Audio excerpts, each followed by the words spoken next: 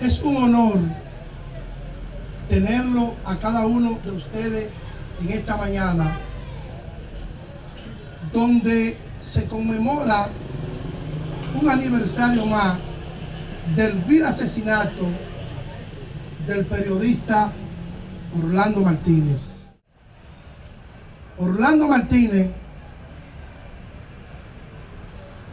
a través de su máquina, de su pluma y de su voz, desafió a uno de los gobiernos más corruptos que ha tenido la República Dominicana, el gobierno del doctor Joaquín Balaguer.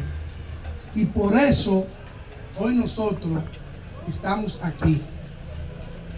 Si eso no sucede, tengan ustedes por seguro que Orlando todavía estuviera ahí y este tipo de actividad no se estuviera realizando. Orlando Martínez tenía una alta vocación por la carrera de comunicación social. Desde muy temprana edad decide estudiarla, destacándose tan pronto inicia a ejercer de su época de estudiante. Fue un militante revolucionario, porque en esa época los jóvenes a poca edad se vinculaban realmente a lo que era la actividad política militante. Orlando Martínez militaba específicamente en una organización de izquierda, pero no solamente se puede mencionar eso, era un destacado defensor de los intereses del pueblo, razón por la cual le resultó imposible quedarse indiferente ante la represión, la injusticia social, la tortura a que eran sometidos los presos políticos en la época, el saqueo de las corporaciones extranjeras y la perversidad política que imperó durante los 12 años del régimen de Joaquín Balaguer. Orlando Martínez, a través de su escrito, denunció estas realidades, siendo precisamente esto lo que lo hizo caer en la lista de las víctimas fatales de ese régimen, que lo asesinaron a tiro en plena calle sin siquiera saber en ese entonces, hasta años después, quiénes fueron sus asesinos, cosa que se mantuvo impune por muchos años hasta saber realmente quiénes fueron sus verdaderos verdugos. Era una tarde tranquila, soleada, más o menos las 6:40 p.m. del 17 de marzo de 1975. Todavía no se había ocultado totalmente el sol. Haciendo su rutina, bajó de la segunda planta donde ejercía la profesión de comunicador y de manera constante lo hacía.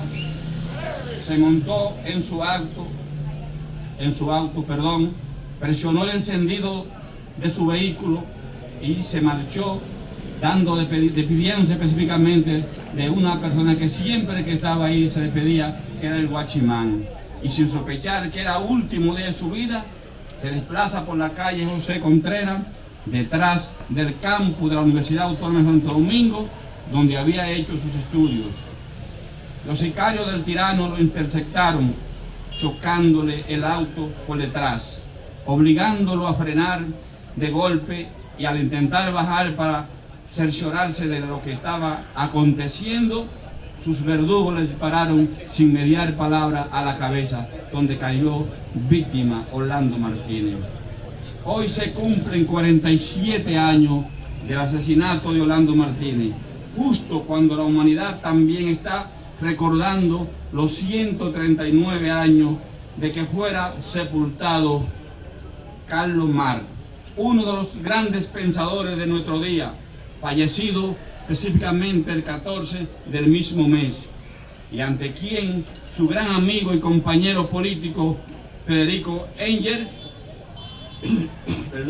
al pronunciar el panegírico ante las personas que asistieron al funeral en Londres, bajo el cobijo del frío y las nubes grises, dijo: pronto se dejará sin sentir el vacío que ha abierto la muerte de esta figura gigantesca.